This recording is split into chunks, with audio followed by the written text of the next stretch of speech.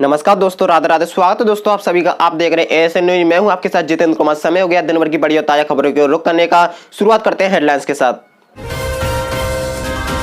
बच्चों पर नहीं होगा तीसरी लहर का कहर, हेल्थ मिनिस्ट्री ने बताई इसकी वजह।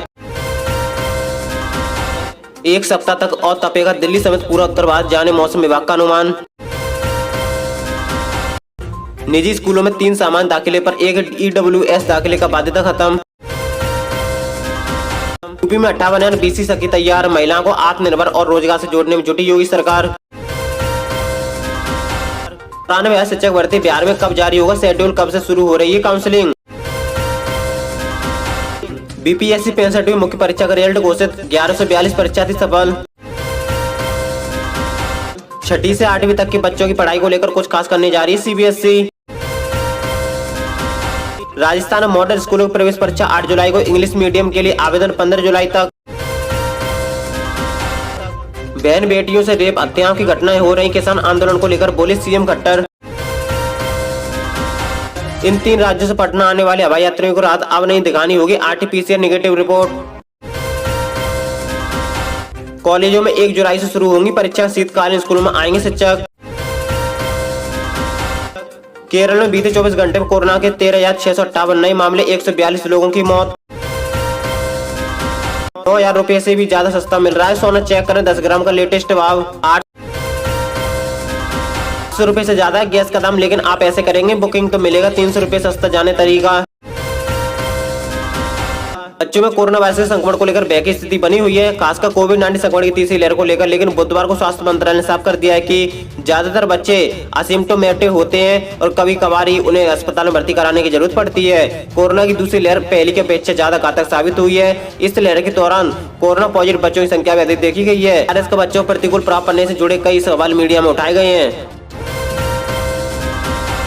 भीषण गर्मी से तप रहे दिल्ली समेत पूरे उत्तर भारत को मानसून के लिए 1 सप्ताह का और इंतजार करना पड़ सकता है। मौसम विभाग के अनुमान के मुताबिक दिल्ली, राजस्थान, हरियाणा और पंजाब में 7 जुलाई तक मानसून की बारिश होने की संभावना नहीं है। मौसम विभाग के अनुसार बुधवार को दी गई अपडेट में कहा गया है कि बाड़मेर, धौलपुर, भीलवाड़ा, अलीगढ़, मेरठ, अम्बाला, अमृतसर इलाकों में 19 जून के बाद से मानसून की कोई प्रोग्रेस नहीं हुई है। मौसम विभाग का कहना है कि बंगाली खाड़ी के उत्तर में लो प्रेशर न बनने के चलते ये स्थिति पैदा हुई है।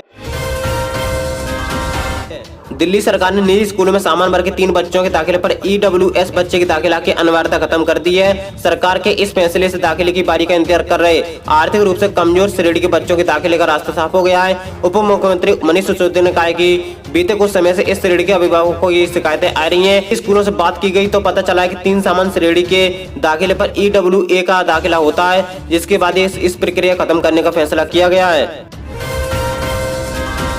राज्य सरकार ने महिला को रोजगार देने की उत्तर प्रदेश में सबसे बड़ी पहल की है। गांव-गांव तक बैंकिंग सेवा को पहुंचाने के लिए उसने 17,500 बीसी सखी बनाने का काम पूरा कर लिया है। शिक्षा विभाग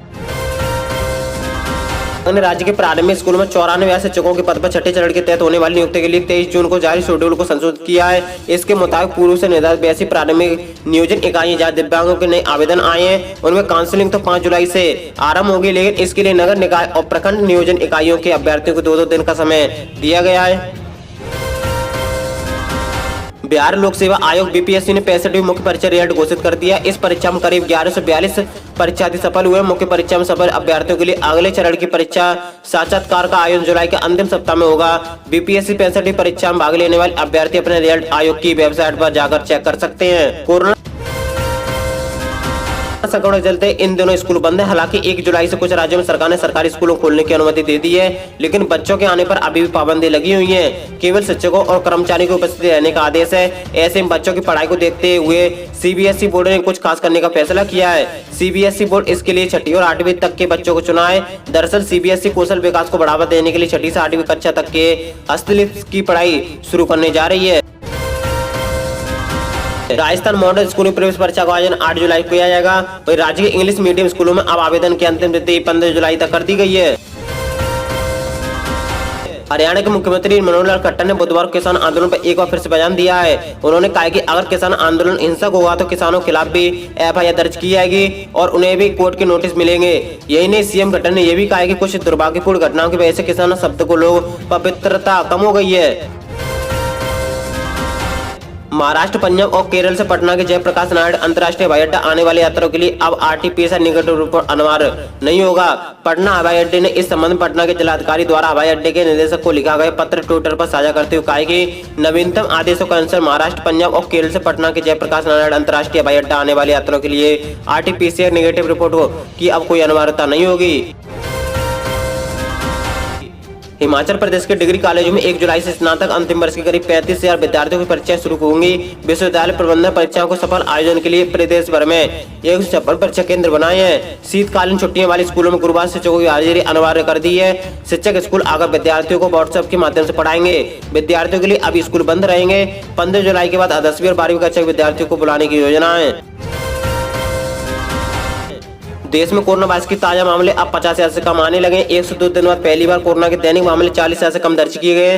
देश में कोरोना की दूसरी लहर की रफ्तार अब भले ही धीमी पड़ गई है, लेकिन तीसरी लहर की संभावना का डर अभी भी बना हुआ है। कोरोना वायरस से निपटने के लिए केंद्र सरकार वैक्सीनेशन पर तेजी से काम कर रही है। कोरोना के नियमों को सही से पालन न करने पर लक्ष्मी नगर बाजार समेत कई बाजारों को 5 जुलाई तक बंद करने का आदेश दिया गया है। देश में कोरोना वायरस के दैनिक मामलों में उतार चढ़ाव जारी। बीते 24 घंटे में देश में कोरोना के 45,951 नए मामले सामने आए और इसी दौरान 813 मरीजों की मौत हो गई है। सोना खरीदने वालों के लिए खुशखबरी है। MCX मार्केट में आज सोने की कीमतों में गिरावट देखने को मिली है। MCX पर अगस्त सोना बाजार 46,518 रुपए प्रति 10 ग्राम पर लेवल है। वहीं चांदी में तेजी देखने को मिली है। चांदी 0.16% की बढ़त के साथ 68,381 रुपए प्रति किलोग्राम हो गई है। गैस सिलेंडर के सरकारी दाम 809 रुपए से 835 रुपए तक है। अलग अलग राज्यों में अलग अलग रेट्स हैं, लेकिन आप गैस की बुकिंग 300 रुपए सस्ते में कर सकते हैं। ये केवल एक गैस सिलेंडर की बुकिंग के लिए नहीं है, बल्कि आप लगातार 3 महीने तक गैस की बुकिंग सस्ते रेट में कर सकते हैं। गैस सिलेंडर के दाम हाल के महीनों में काफी अधिक बढ़ गए हैं। LPG के दाम मुंबई और दिल्ली में 809 रुपए प्रति सिलेंडर है। कोलकाता में गैस के दाम 835 रुपए, चेन्नई में गैस सिलेंडर के दाम 825 रुपए प्रति सिलेंडर है। वहीं पटना में सबसे महंगी गैस मिलती है। पटना में एक गैस सिलेंडर 907 रुपए में मिलता है। और इसी के साथ दोस्तों आज दिन भर की 10 बड़ी खबर मुख्य समाचार टुडे ब्रेकिंग न्यूज की अपडेट वीडियो को फिनिश करते हैं। दोस्तों वीडियो को लाइक करें और रोज मुख्य समाचार देखने के लिए आप हमारे चैनल को सब्सक्राइब करके बेल आइकन और पर सेलेक्ट करें, जिससे हमारी सभी वीडियो आप तक सबसे पहले पहुंच सके। तो दोस्तों thank you, take care, good bye, जय हिंद, जय भारत, नमस्कार दोस्तों, राधे राधे।